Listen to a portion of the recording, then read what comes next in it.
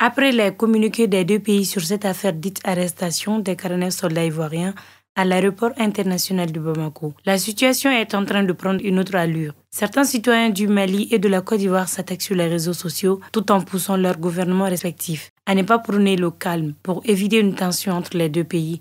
Les Maliens lancent un appel fort. La Côte d'Ivoire et le Mali sont des pays voisins, sont des pays frères. Je vous invite tous, les Ivoiriens ainsi que les Maliens, à faire la paix. Et rien que la paix. Il y a plus de Maliens en Côte d'Ivoire, il y a plus de Maliens et d'Ivoiriens ici au Mali. La guerre ne va rien apporter. Donc je vous invite tous à faire la paix, rien que la paix. La Côte d'Ivoire c'est un pays frère, le Mali c'est un pays frère à la Côte d'Ivoire aussi. La Côte d'Ivoire et le Mali sont des pays voisins. Ils doivent s'unir et non se diviser.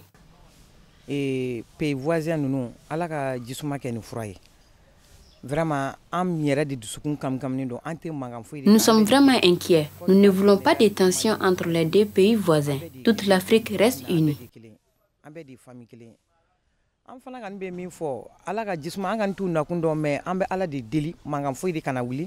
Pour ce jeune Burkinabé, tous les pays de l'Afrique doivent être unis pour bâtir ensemble ce continent.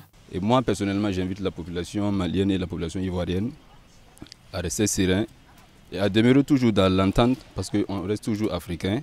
Et il ne faudrait pas qu'on essaie de s'aimer encore une certaine zizanie entre nous.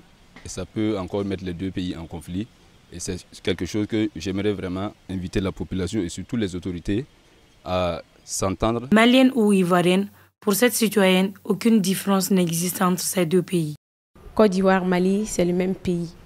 Il n'y a que les drapeaux qui diffèrent en fait. Nous devons être unis, surtout la jeunesse. Moi, je pense que ces problèmes, laissons ça aux autorités. Les autorités peuvent gérer ça. Donc, entre nous-mêmes, le peuple, soyons unis, c'est tout ce que j'ai à dire.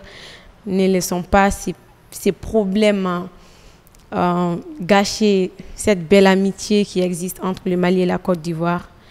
En attendant qu'une solution soit trouvée à ce problème, le sujet continue toujours d'alimenter les débats.